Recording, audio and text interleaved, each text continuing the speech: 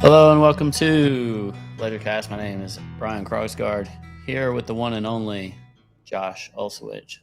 Josh, how you doing, man? Good, Brian. Fall is here. Good, Brian. All is here.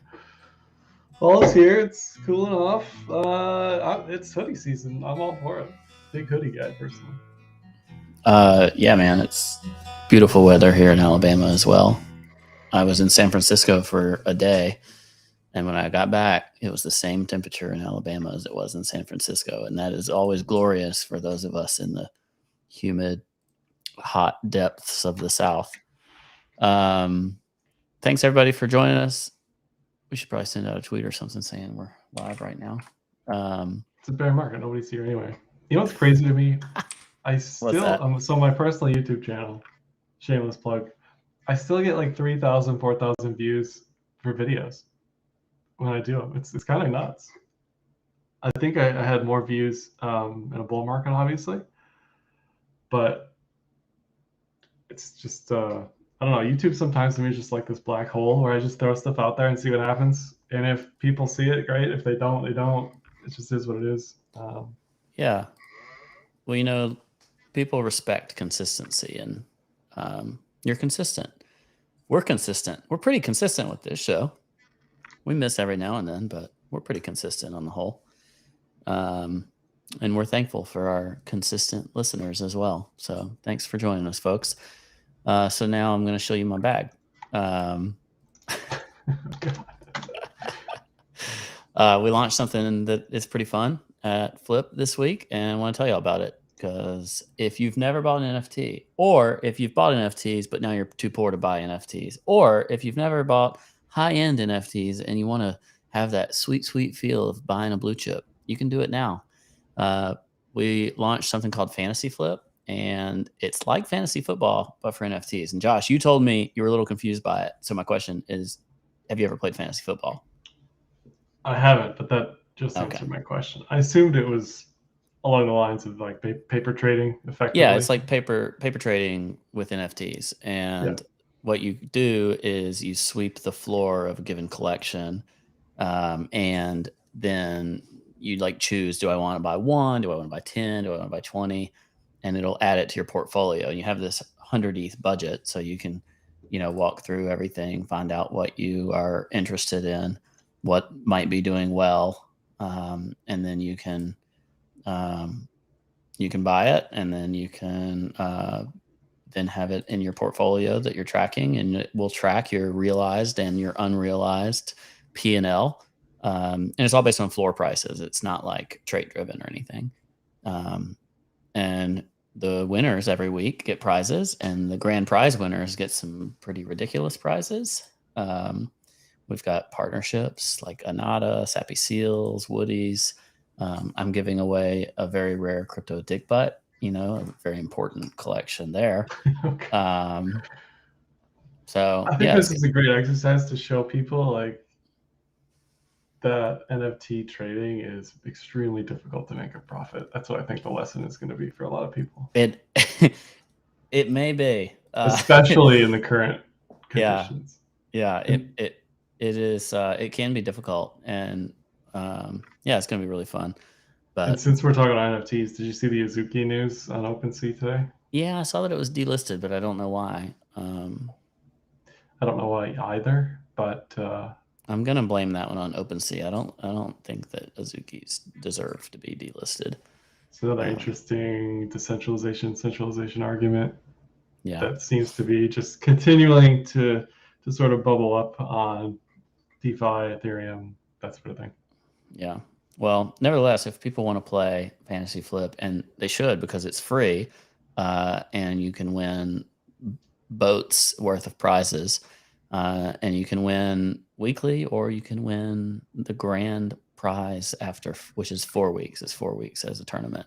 We did this internally because I wanted our team to like feel what it was like. Yeah, and like no, not test this out. We didn't actually build it into our interface. We built it looked like a GeoCities website. Sam, my business partner, built the front end, and it was so fun internally that we decided to build it for real and give people a feel for things. So here's my grand idea. You ready? yeah, Find some live stream of a zoo. Okay, a physical zoo. physical zoo. Figure out which animal you want. Maybe an ape, maybe a gorilla, and find some sort of repetitive behavior of that animal. Track that to some sort of data spreadsheet number thing, and then have the animal select the collections you invest in with this fantasy thing. So like every time and then see if that beats the market, right? So every time the orangutan scratches its chin, it means to buy Bored Ape. Whatever, scratches its chin at certain seconds of the minute, right? That's that number of. You're saying you don't have confidence. Right before we go into TA on, crypto trading, you are telling me that you don't have confidence in people's ability to pick winners in NFTs. Now, I will tell you, I'm guessing that. Yes, that's exactly correct. I think the majority of people will not be profitable, and that'll be an interesting lesson on its own. But maybe they're just going for gold, But anyway. That's fair. Maybe there's alpha to be had here. Pietro says, did I miss the Chain song opening or am I early? You missed it. You are late, but you're still on time. We're still talking about my project Flip. Anyway, it's going to be really fun. And thanks, everybody. You should sign up. It's completely free. It's very enjoyable. We did it and we were very competitive. I got second place in our in-house tournament, but I only got second place because I had this gargantuan win like right at the end of it. And my coworker Brock won the whole thing. And I was hoping I would win because I was the one posting the prize for our team internally. So I wanted to take the prize for myself so I didn't have to give anybody anything. But he won, and he did a great job. And it was really fun, got our whole team engaged. And I think it can be that for the community as well. And what we'll have next is like people can, assuming this, works and people enjoy it, we'll enable custom leagues so people can do their own fantasy leagues, or like a community could do house rules where like they just enable trading on their collection or like a bundle of collections, things like that. So we got some cool stuff that we might put out if this goes well. So go sign up, flip.xyz/fantasy, completely free. Just supposed to be a fun bear market activity. That's it. I'm done shilling. So back to the Dixie. It's a bear market when I'm looking at Forex. Like bar none, it's always the case that that's where the attention goes because there's more volatility or more activity or more momentum directionality in Forex when crypto's bearish. Because when crypto's bearish, it's like sideways for 3 months and then down for a couple days, and then it's like, okay, that's kind of it. People need stuff to look at, stuff to do. Josh, could we have made a temporary top on the dollar? The world kind of freaked out this week, you got to admit. I don't know how much we want to talk about Great Britain or how much I'm even educated to talk about Great Britain and their lack of management or mismanagement of the bonds and the printing of the money. They went from QT to QE in a week, basically. Pretty impressive. And it pulled some Do Kwon stuff where they're printing their own money to buy their own bonds. Like all of it just sound. If you like say it out loud to yourself, all that just sounds so crazy. Oh man, comparing when you put the word margin call and Terra pension Luna in the same sentence, then there's you're like so far beyond what you should be doing or what's been done. It's just crazy to me.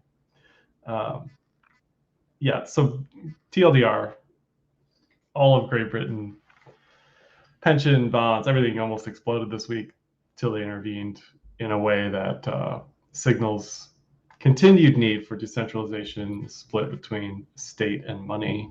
And the inflationary pressure from what they're doing is saving those pensions temporarily, but it's going to just make everything worse from an inflation perspective. Like this is how spirals start. Exactly. You have the central bank trying to curb inflation, and then you have the government printing money, and obviously those two things are. Somebody said it's like taking uppers and downers at the same time, and that's That's exactly good. true. That's exactly true. You just destroy your brain if you do that too much. Well, temporarily though, it's giving their currency some Yeah, of boost. course. On a Friday or Saturday night, if you take uppers and downers, it's gonna feel great. Now, if you take uppers and downers for weeks, it's multiple days in a row, you just fry your brain. Can we get one thing out of the way real quick, because Marius in the chat brought this up. He said, "If Putin nukes, will every market nuke? Who cares? If we start lobbing nukes, it's over. Who cares about your freaking portfolio in that perspective? You're all gonna die. If one nuke drops, it's just absolute mayhem worldwide, and your portfolio does not matter. Your synthetic dollars on the internet or any digital ledger will not matter, whether they're in banks, country deposits, anywhere. Crypto does not matter. The only thing that will matter in that case is what you have in your physical possession to defend yourself and your family in the zombie apocalypse, which will then occur. So good luck in that scenario." Well, you can't irradiate the cloud, but gold is, physical thing that can get problematic for you. You need better stuff to barter with. You need like salt and ammo, like canned goods. Yeah. I don't know. We're getting closer. We're getting closer and closer to that. So, but I agree I'm with not you. betting. It's like I'm not betting on an apocalypse now. Sorry, I'm more bullish than that. So. I'm not betting on it, but if it happens, like, what are you going to do? Well, you and I won't do too well in that scenario. Not to presume. What is anybody going to do? Right? Just have a plan. Listen, I just know my friend in real life who I'm going to call, and they're going to be my survival guide. So that's all I need to know. Like, look, I need to be under your protection. If we make it through this, I will find a way to reward you. I don't know how, but I'll find a way. I got some rare JPEGs. Maybe they'll have value when the apocalypse is over. Yeah, totally. Yeah. Anyway, so I'm not going to doom about nukes. Sorry. I'm not dooming about it, but you can't help to think. I know, but people asking questions like, what's the market going to do if we drop nukes? Come on, man. It's almost to the point where like the size matters. Obviously, like the size. It does. It matters, right? Are you dropping on a city or like a building? On a submarine? I don't know. I don't want to think about it too much, but yeah, the roads beyond that are not great. Yeah. This is where like somebody like Dan Held is like, "Oh, you buy Bitcoin." Like, that's what you need in that moment. Some satellite authenticated Bitcoin. The Bitcoin is up, kinda, today. The Bitcoin. What is this? 1994. The Bitcoin. The Bitcoin. Yeah, Bitcoin's doing well as it should in the face of all this volatility. It's actually up on the week. It's up 3 days in a row. Is this a curly bottom, Josh? Could it be? Here's what I'm going to say to people. Okay, the video I recently put out on my YouTube was super bearish. I was like, look, I might be bearish at the bottom, but the trend is bearish. There's no denying that. We could right the ship in Q4 and make some sort of double bottom on BTC and do something, right? I don't know how bullish we're actually going to get. Maybe we go to 30 and call it like that's it. 30 is the top for the quarter. 30 is the top for the year, whatever, year to date, year to end, whatever it is. We'll see what happens when we get there. But if we can get past the 200-day moving average, if we can get past the 200-week moving average, then we can start talking the daily cloud. We're so far away from all that stuff. We can, map it out and plan it out what we're going to do at these levels, sure. But to say like we're bullish because we're decoupling for 3 days, I think is a little too soon. But yeah, it's a good sign for sure. It's a good sign. It looks like the type of thing that just wants to do a little grind up, get people locked in, and then we didn't break lows when we should have. That's important. And we're decoupling from S&P a little bit here because the S&P just looks like it's ready for 35 or less. What's it 3,500 or less. And it helps, like we said at the open, DXY coming down here. Instead of pushing highs for week over week over week. It's finally relaxing a little bit here at 112. Yeah, So yeah, the S&P lost its gains of the day. I see. I wasn't really paying attention to that, but it started the day with some positive upside and is giving it back. Yeah, per your point with the Dixie, I don't know. It had 2 down days. That's all we know. On the week, it's potentially a toppy reversal candle. Certainly made its way into like this long-term resistance finally. So Don Alt on weekly open this week was kind of pointing at the whole thing back in 2001 as like a cluster. So kind of. yeah, but that was a triple top bear div. Like we're not even close to that yet. No, I know, but he was just highlighting that, because I was like, well, 120 is a magnet, and he was like, well, there was when it finally stopped, it really went down to like 113 before it went and revisited. So it's not unbelievable for us to find resistance between like 113, 114 now, even if 120 is still a magnet. I'm on a monthly chart here. You could spend several months kind of working your way through it, so it that can give an appetite for relief in markets if you treat this as a broad range that takes some time to get through again. I'd say it's more bearish than Bitcoin is bullish here, in that the candles, this is like, it's super early to quote call the top on the dollar, but it's starting to finally look like it's showing some weakness at the very least. Like even on the daily had that massive bear div. Yeah. I mean, this is a quarterly chart, and look at the way these candles just keep expanding. Yeah, that rate of change is crazy. It's insane. Like if you just take everything off and just look at it in this way.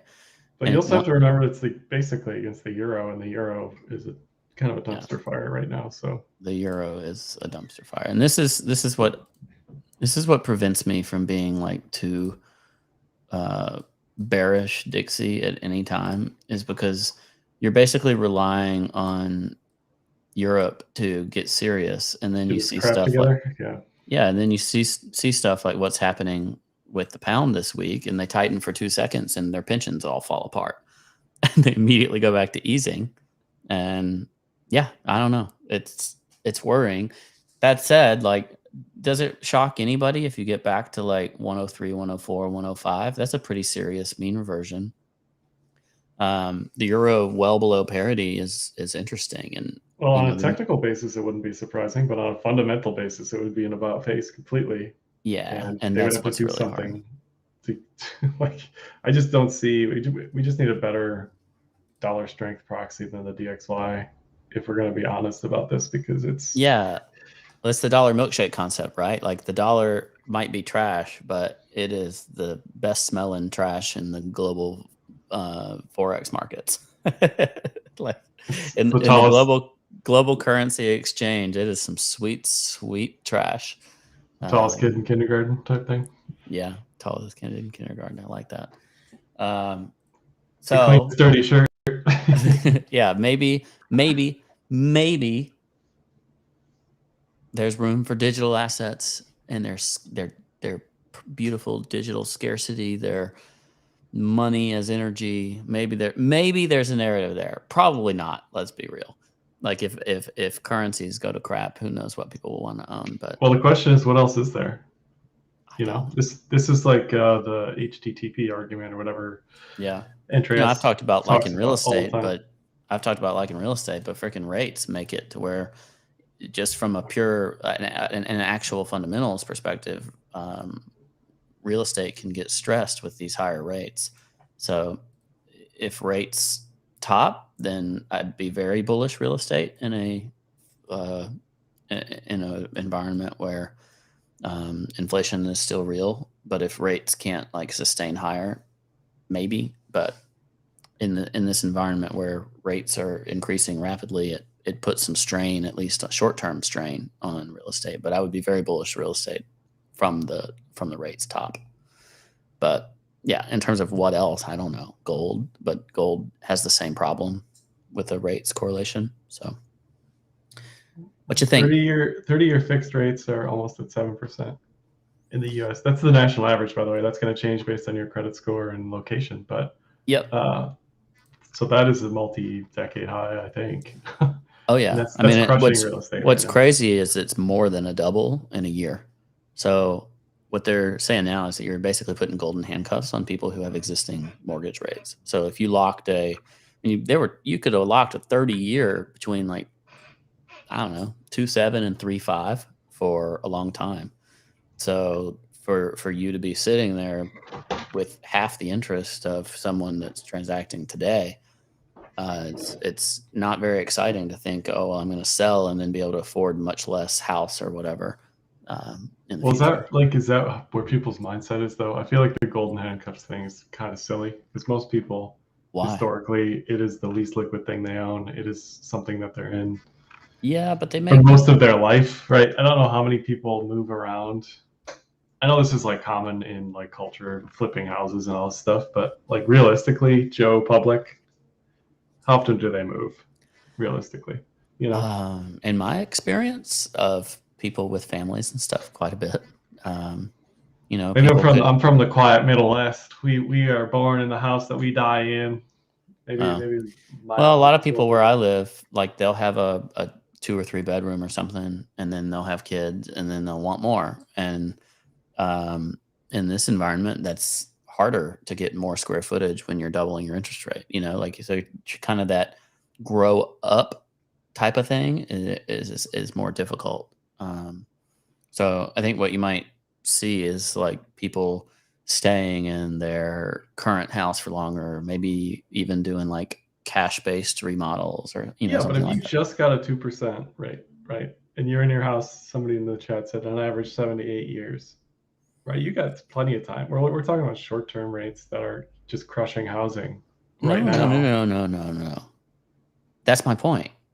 Because we have this spike, and for years you could get like sub 4% rates. Now it's 7 plus. You're not going to move. The inventory is going to go away. That's my point. That's my entire point. It's not like you're squeezed out of your housing.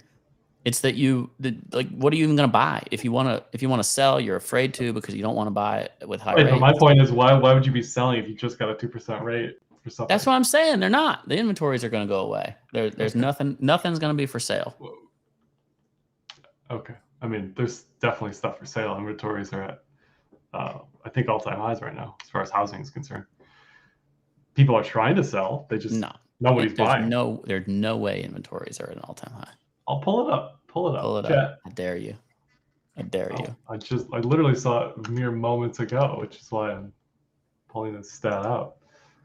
All right. Well, anyway, I forgot what we were talking about. Oh, what would you buy except for Bitcoin? Not crypto. That's what we're talking about. Yeah. Inventory may be up on a relative basis, but not all time high. Okay, this was specifically. Long Live Simba says a 5-month high. This was specifically this auto is inventories. Yeah, I'm not talking about that. I'm talking. But look, it's all the same. It's all the same flavors. No, it's not. Different Jolly Ranchers. Okay, It's all the same. This is people who have like some $80,000 car and a $1,500 a month payment, and they realize how stupid they are for that.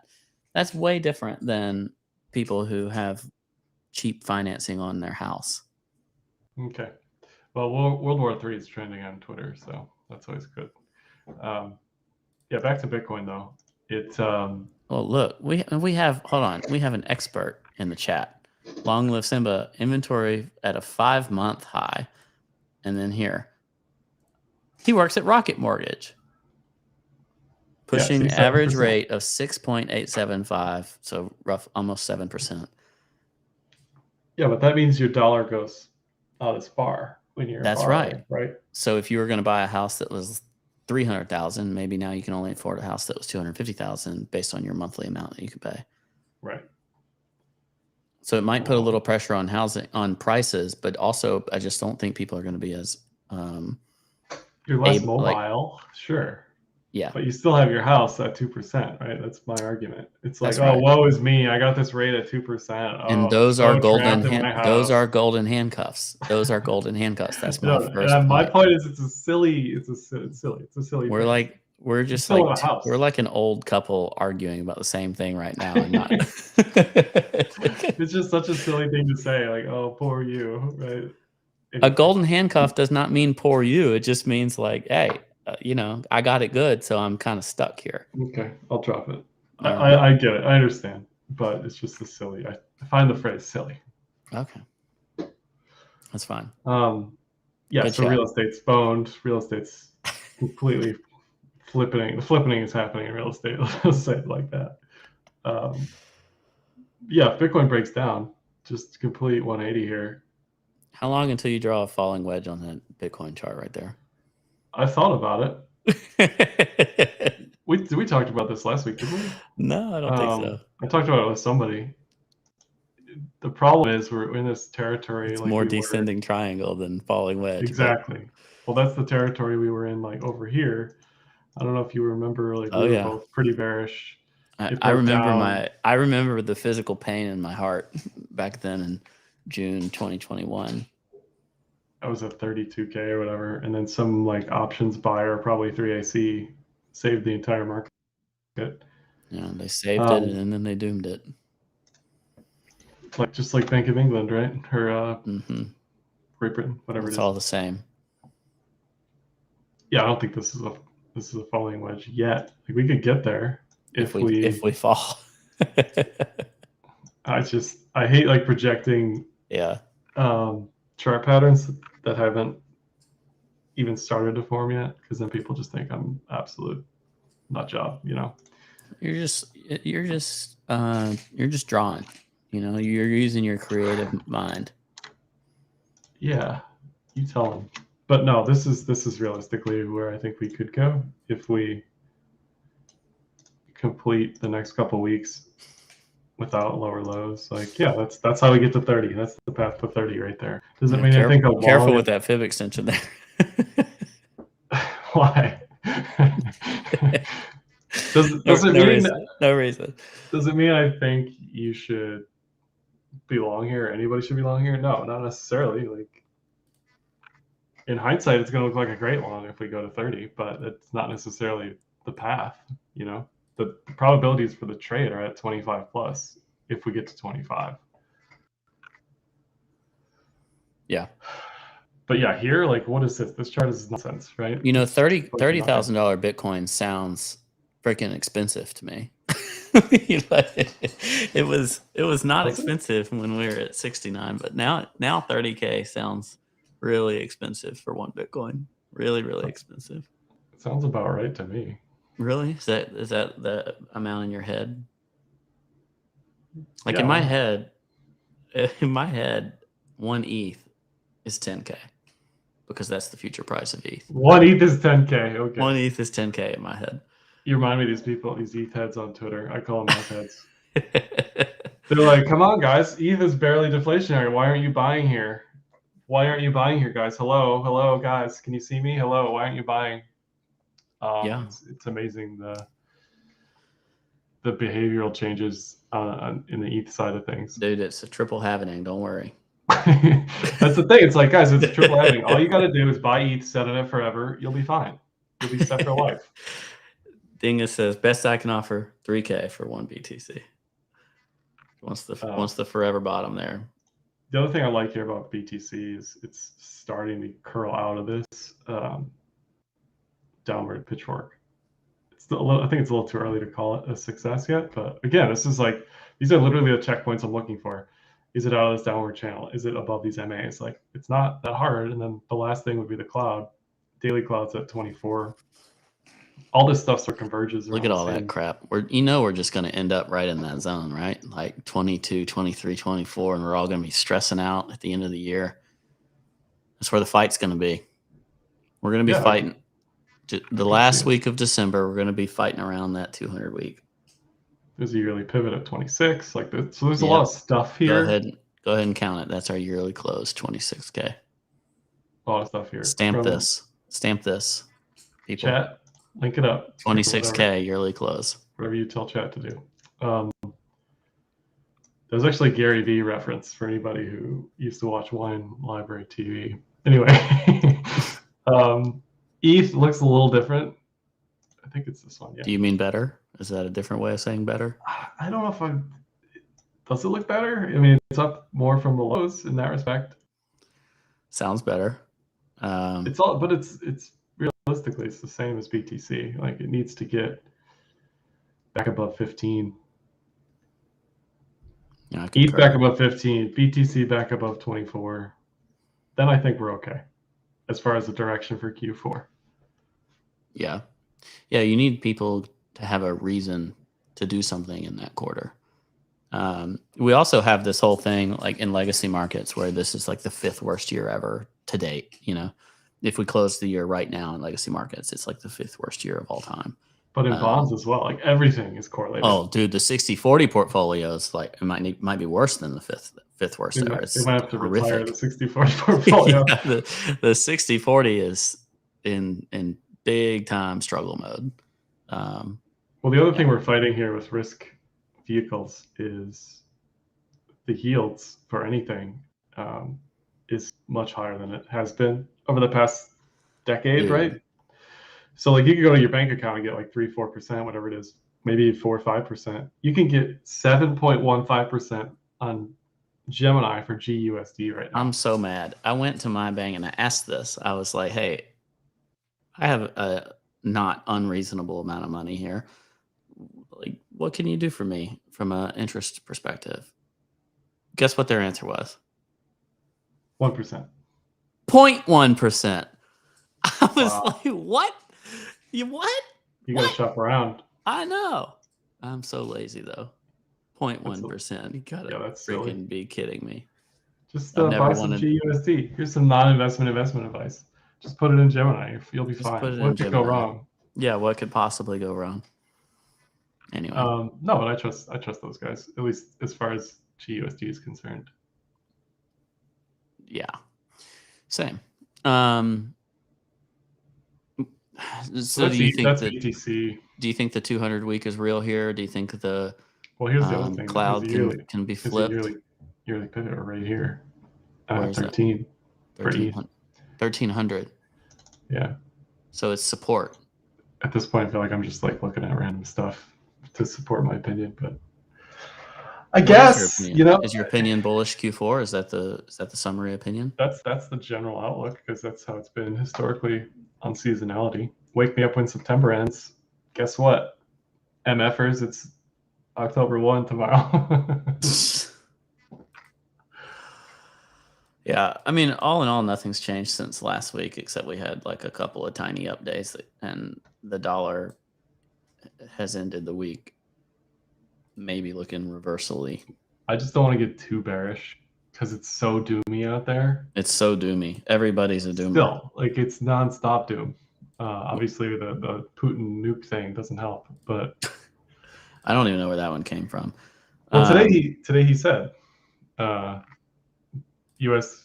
created the precedent with Japan in regards to nukes. So that's in his head now. So well, that's really exciting. I didn't hear that. Yeah, sleep tight. Yeah. So this is not a BTC chart. This is a gold chart. But very similar to its prior cycle highs-ish consolidation points under its 200-week moving average. Could it be, if rates are ready to calm down, that gold could also have a move? Its monthly chart looks like death to me still. Like this, if I was talking to Cred right now, I feel like he would be telling me to just absolutely short the crap out of 1700 if you got it, because it would be a bearish retest. I'm speculating, but that would be my guess. But so the monthly looks bad, but the some of the other time frames look like they might be a little bit reversal-ish to me. What do you think? That drawdown duration and size seems relevant on the weekly or monthly. Yeah, it's a lot of months. 1, 2, 3, 4, 5, 6. 6 months of high inflation and gold bugs just getting Destroyed. smoked. 22%. 22% from top to bottom over the course of half a year. Yeah, I mean, that goes back to everything's correlated. That's quite bad. That's probably historically bad. Relative to inflation, we expect it to do well, you know? Mm-hmm. I don't know. I've written off gold as anything in my head. It's not anything I'm ever going to touch, so. Why? It's not. If I'm going to touch that, it's going to be physical, and that's not going to happen, so. Yeah. So you'd rather just own Bitcoin? Trade something else.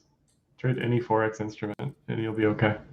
I don't know if you saw this on, we can look at like NDX, for example, 200 week. It's losing at this moment because the market's fading as the afternoon comes along. But Josh Olszewicz style, maybe. I mean, really, this was the bull div back. Oh, crap. Hold on. I got to do I don't think anybody can see that, yeah. Yeah. There was a real bull div here that we responded off of, but could you call this still get into the tones? Tune? Can you still call this a bull div of sorts? Or is that too many candles? Somebody said you were high earlier, and I think I agree with them. Yeah, sure. I don't really care if it's a bull div or not, but what I do see is a change in RSI momentum on a weekly basis while price is still down. So it's not a great technical bull div, I don't think, but it's a sign. It's a sign. Yeah, the momentum is less here than it was at less here than it was at a higher low. Yeah.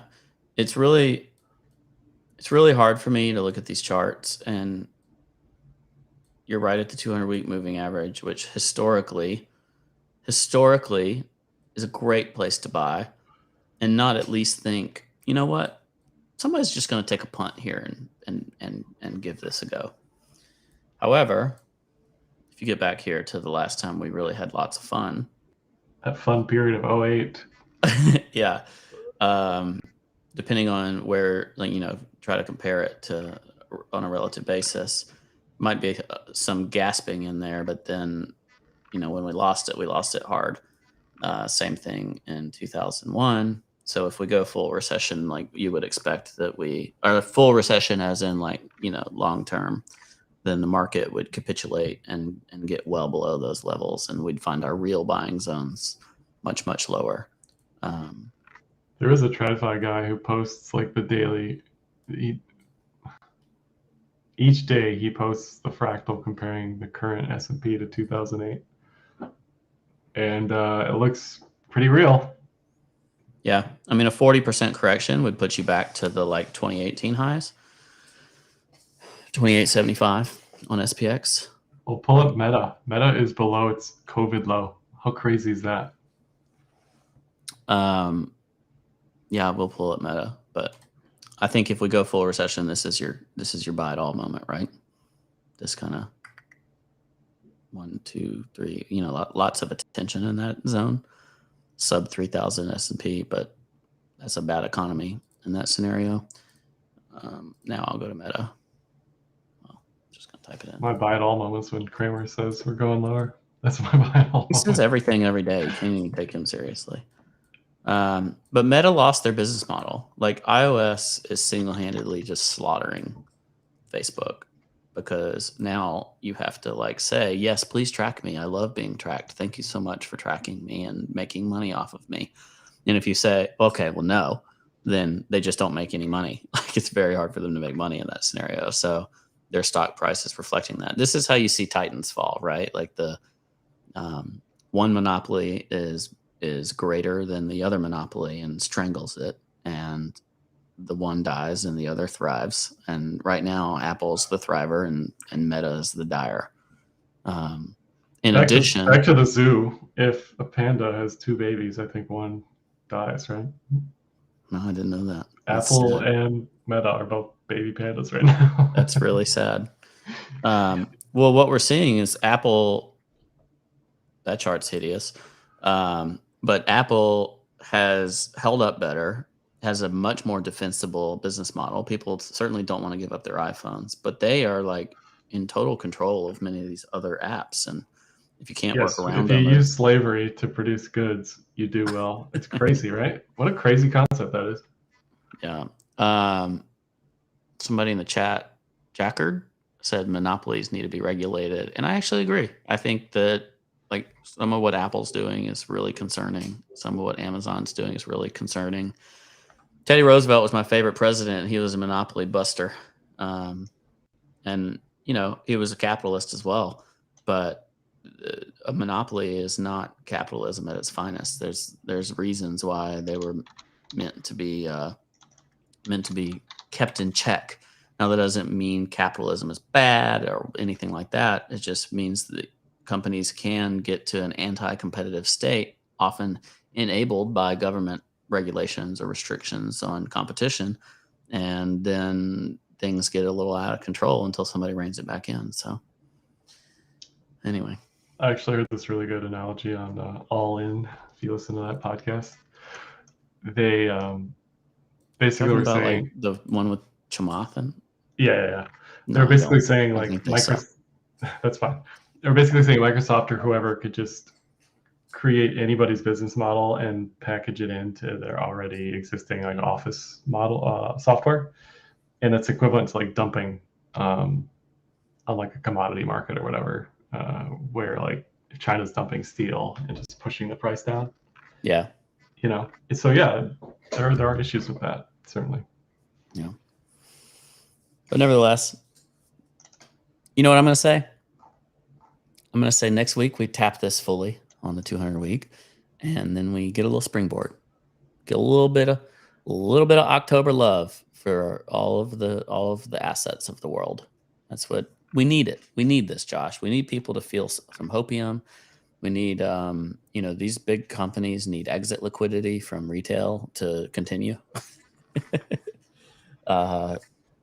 We need the funds to deploy capital. Let's go. Uptober, as Marius says in the chat. I guess. I don't know. It's just everything is so doomy right now. Yeah, so it's either that or nukes. So look, I'm gonna upper take nukes. Is that the show title? Yeah. Oh God. Yeah, these are the options I'm giving. These are the options that people are giving us. Okay, so that's what we're here to deal with. Have a plan and survive. That's all you got to do for have the a next plan year. and survive. I think 2024 is going to be great. 2023, I'm not so sure, but yeah. Well, I don't have anything else. I have some cautious optimism, but not much. That sounds kind of boring, doesn't it? I mean, I have Q4 optimism, but I always have Q2, Q4 optimism. I mean, alternatively, we do nothing in Q4. We do better in Q2 2023 as we did in like 2019, coming out of that 2018 bear market. Then I'll be more confident that we'll actually see a reversal if there's evidence to support that, leading into, like if this W double bottom morphs into like an ascending triangle or something on BTC throughout the next couple of quarters. That's also an option. I'm going to try to squiggle that, and you can tell me if I'm doing what you're saying. Something like this. Like kind of get up there and ride the 200 week a little bit. Yeah, because this is fairly reminiscent of sitting through 2018 in that we get back to the resistance level and we'd be like, okay, this is it, guys. Sell it all. Just sell it all down back to the lows, Yeah. It's got 2018 bottom vibes. It's got 2015 bottom vibes. We've been here before. Now, just keep in mind, those wicks are not easy to live through. So we didn't really get a big wick in 2018. We just got the dump and the grind and then the up till COVID. But yeah, maybe there's a big wick. Maybe it goes to 14K. I do think unless it's nukes based, but if it's like more typical breakdown capitulation based, then that wick in that 12 to 14K would finally be kind of a, okay, we can buy now. You're all dead and whales step in. That makes sense to me. The happening is the friends we make along the way. That's the happening. Does that mean a net negative in friends? I don't know. I don't know. Just saying, eat. The quadruple happening or whatever it is. ETH just needs on-chain activity. What's going on there? ETH needs to figure its junk out. But this goes back to everything we already said. You say that while you're looking at BTC, or no one does anything. I mean, whatever, right? BTC wasn't built to do, quote unquote, do stuff. That's my favorite argument. That's such cope. It's a dead rock, guys. You can't do anything with it. Yeah. Okay, fine. Well, it's my dead rock. I'll keep collecting meant to rocks. Send and receive and transact. Well, nah, just hold it. I had a huge rock collection as a kid, by the way. So it only makes sense. Don't doubt it. Don't doubt it. All right. Yeah, ETH needs something. I don't know what it's going to be. I didn't see NFTs coming. Did you see NFTs coming before they came? No. As far as popularity? No. I would have bought a whole bunch of art blocks and punks and other stuff. Here's everybody's homework. What do you think? Question of the day, back to Gary V. Wine Library. What do you think the next bull run's going to look like? What's the next big thing? Can we even predict it? What's the next big crypto sector? Is it going to be a white swan like ICOs were arguably, like NFTs were arguably? I don't know. Somebody needs to tell us. Tell us in the comments. In the meantime, CBDC on ETH. Here's my crazy. I used the wrong video. I used the wrong music. This is the last thing I'll say. You want a crazy conspiracy theory? I think USDC is going to be a CBDC. How about them apples? How about them apples? We'll let that stand on its own. Let that I met some Circle people this last week. Have a great day, everybody. Thanks for joining us. Talk to you next time. Bye-bye. Don't forget to go to flip.xyz/fantasy. In the blink of an eye, the easy river has just run dry. In a house of cards, I feel the breeze